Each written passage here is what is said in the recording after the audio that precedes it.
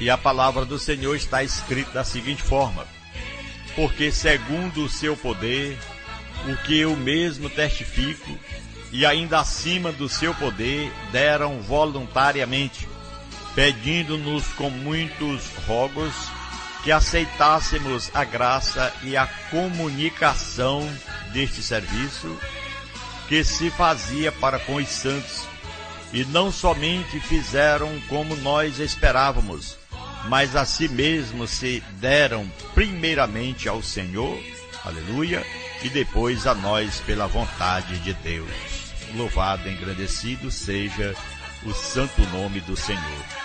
Amados irmãos, amigos, aqui está esse trecho tão importante da palavra do Senhor que mostra, portanto, aquele povo amigo, aqueles santos que tinham prazer em contribuir com a obra do Senhor.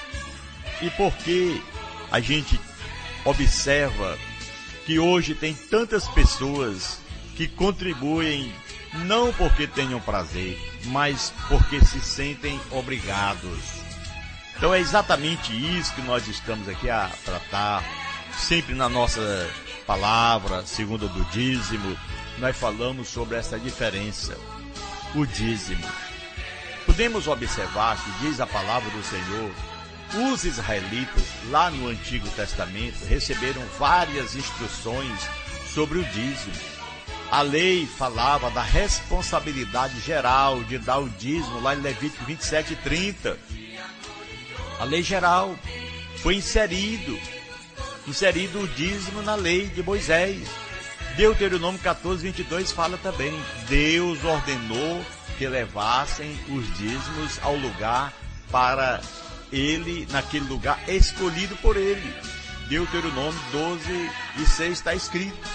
E ele os deu aos levitas, lá em Números 18:21 e o versículo 24.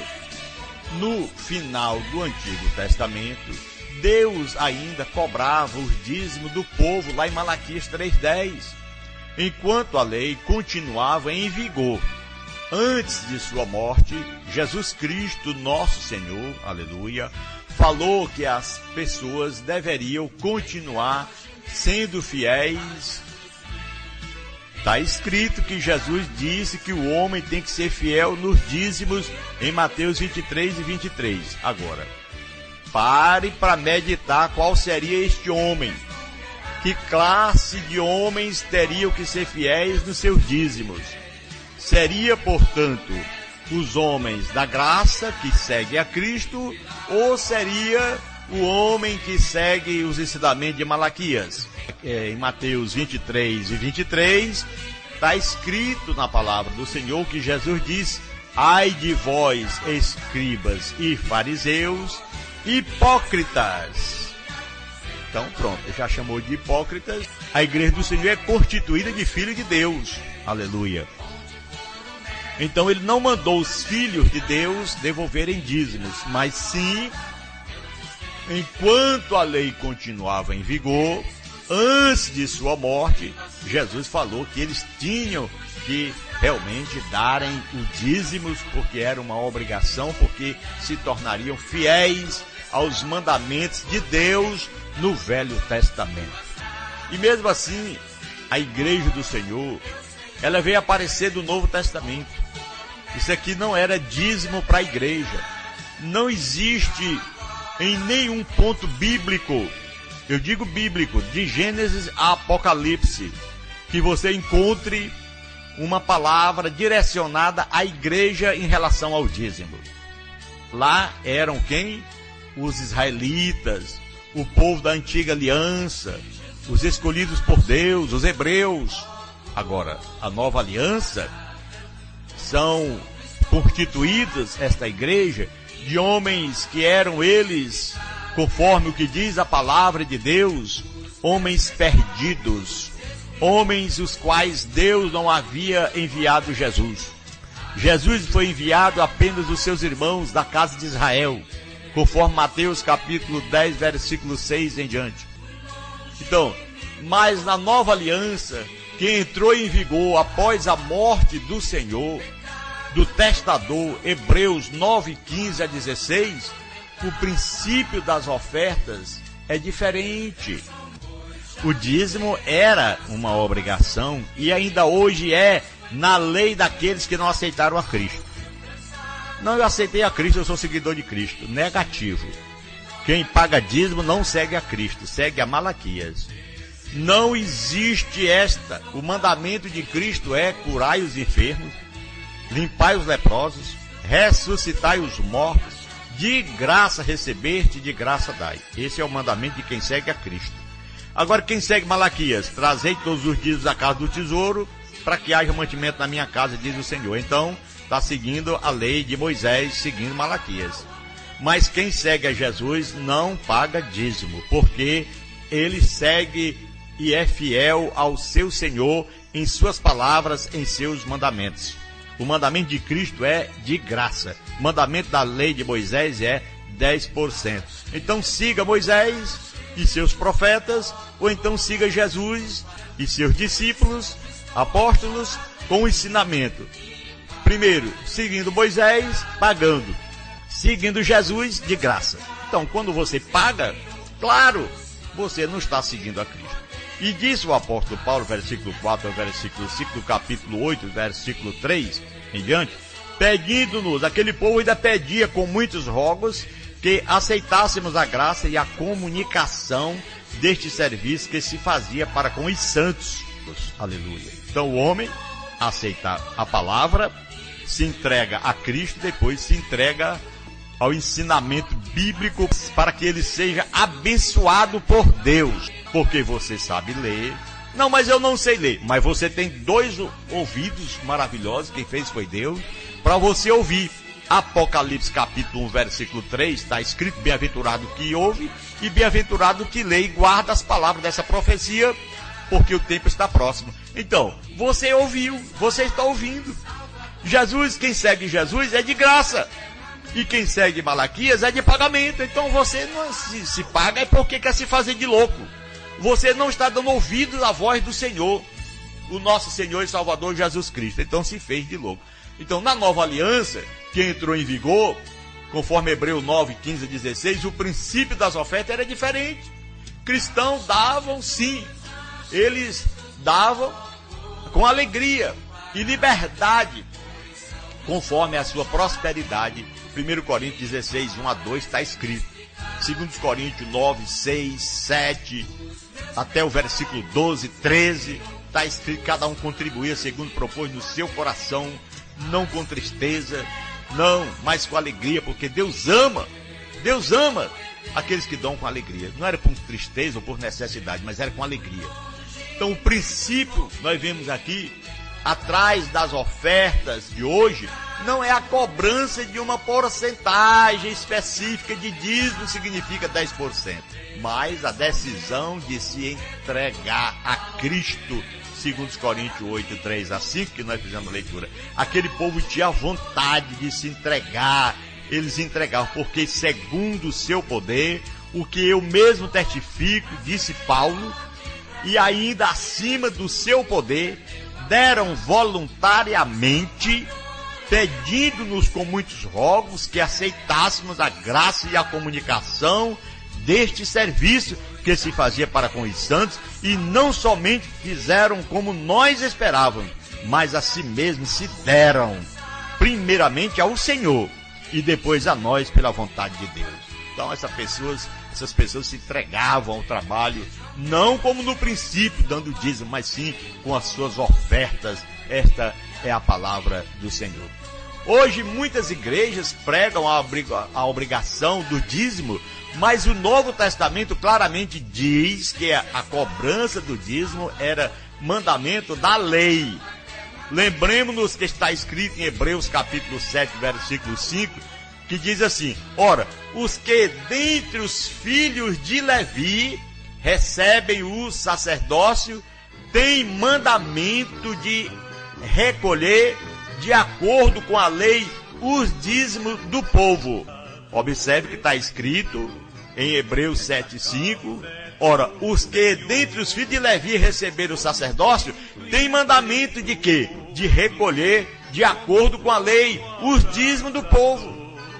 Eu pergunto, você, nós de hoje, temos alguma coisa a ver com a lei dada por Moisés aos filhos de Levi? Qual a lei que nós seguimos hoje? Qual a tribo que nós estamos hoje aliados? Qual? Nós estamos na tribo de quem? Na tribo de Judá. Não temos mais o sacerdócio levítico e não vivemos subordinado à lei do Antigo Testamento. Por isso não devemos pagar e pregar a obrigação de dar o dízimo. Mas dinheiro, meu irmão, na mão de pessoas corruptas e de pessoas que não entendem o que é Bíblia, fica com 2 pontos negativos. Primeiro, o que é corrupto, ele quer tirar, ele quer subtrair alguma coisa de alguém. E o que não entende Bíblia, pela confusão religiosa desde a antiguidade, ele começa a levar o seu conceito como ele aprendeu lá no início. Os padres, na época que predominavam há muitos anos, eram os padres com as suas mensagens maliciosas. Eles simplesmente reuniam o povo, faziam um leilão e as pessoas levavam aquilo que podia, além de dar os dízimos. Então, ali era um pagamento. Até mesmo suas promessas que eles faziam diante das imagens de esculturas, levavam um boi, levavam tanto em dinheiro, alguma coisa. Aí vem esse conceito hoje para o meio evangélico. As pessoas pensam que para Deus fazer uma bênção acontecer na vida delas, elas têm que pagarem. Então vem a conclusão: aqueles que querem servir a Cristo precisam resistir às tendências de voltar ao Antigo Testamento. A verdade é isso que eles fazem. Testamento como a base do nosso serviço hoje, que na verdade não tem nada a ver uma coisa com a outra. Meu Deus, Gálatas capítulo 5, versículo 4. Quando o homem se justifica pela velha lei, que ele não quer, ele diz que segue a Cristo, mas não quer seguir fielmente aos seus mandamentos, então ele caiu da graça, desligou de Cristo. Vamos, meus irmãos, andar no Espírito, conforme a revelação da nova aliança. Não vamos mais ficar ligados a uma velha lei sem fundamento, uma velha lei que não tem mais valor, pois está escrito na palavra do Senhor, está escrito na palavra de Deus, em que o precedente mandamento foi abrogado pela sua inutilidade, pela sua fraqueza. Está escrito na palavra do Senhor. Então as pessoas não param para meditar, não observam o que está escrito na palavra de Deus para os dias em que vivemos, achando que ainda é o tempo antigo e que tem que pagar. Aprenderam desde criança com seus pais a adorar imagens de escultura e ainda hoje tem 2 imagens de escultura, mesmo dizendo que aceitaram a Cristo. As 2 imagens continuam na sua mente. É o dízimo e Malaquias. É 2 imagens que não pode sair do seu conceito. Eu aceitei a Jesus, mas eu tenho que ser fiel a Malaquias no dízimos. Então, ele é fiel a Malaquias e é fiel ao seu pastor, o pastor que prega uma mentira.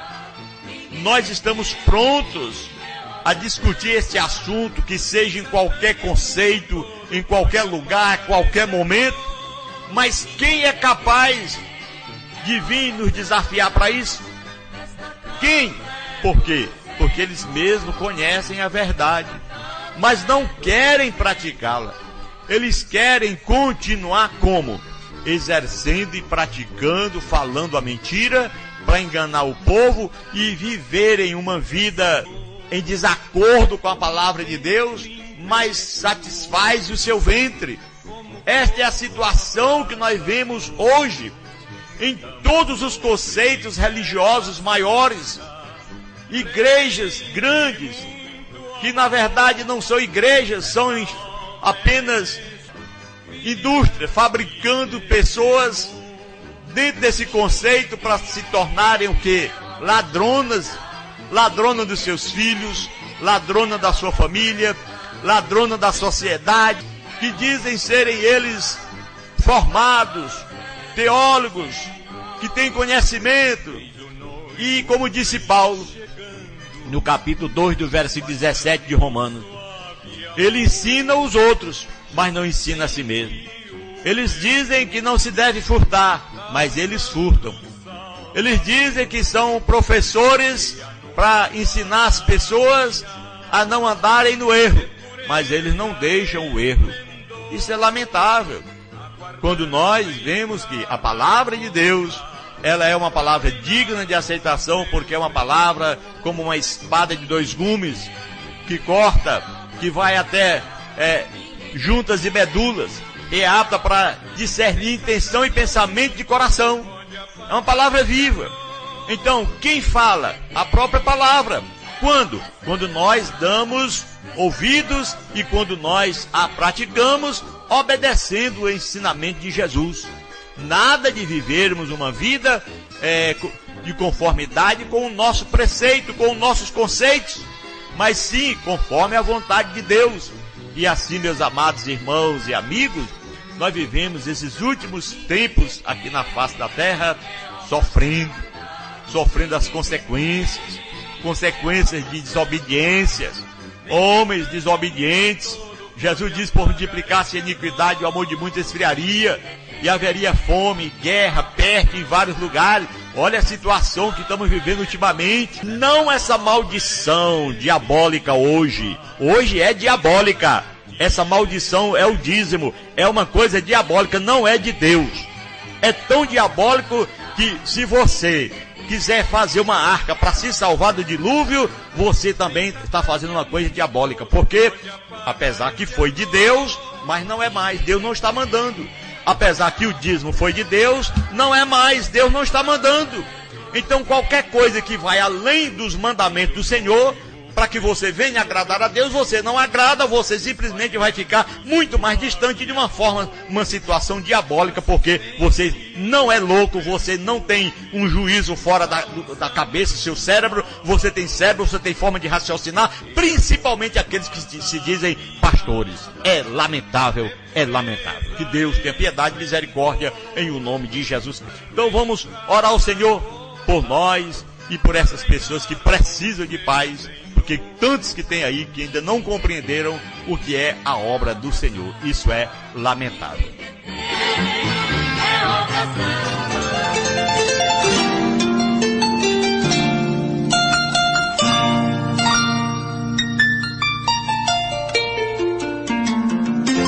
Senhor, nosso Deus, nosso Pai que está no céu, graças te damos, ó Pai, mais uma vez, estarmos aqui levando a tua palavra. Ó meu Deus, que o Senhor tenha compaixão daqueles que estão presos por essa doutrina hoje, falsa doutrina, Senhor.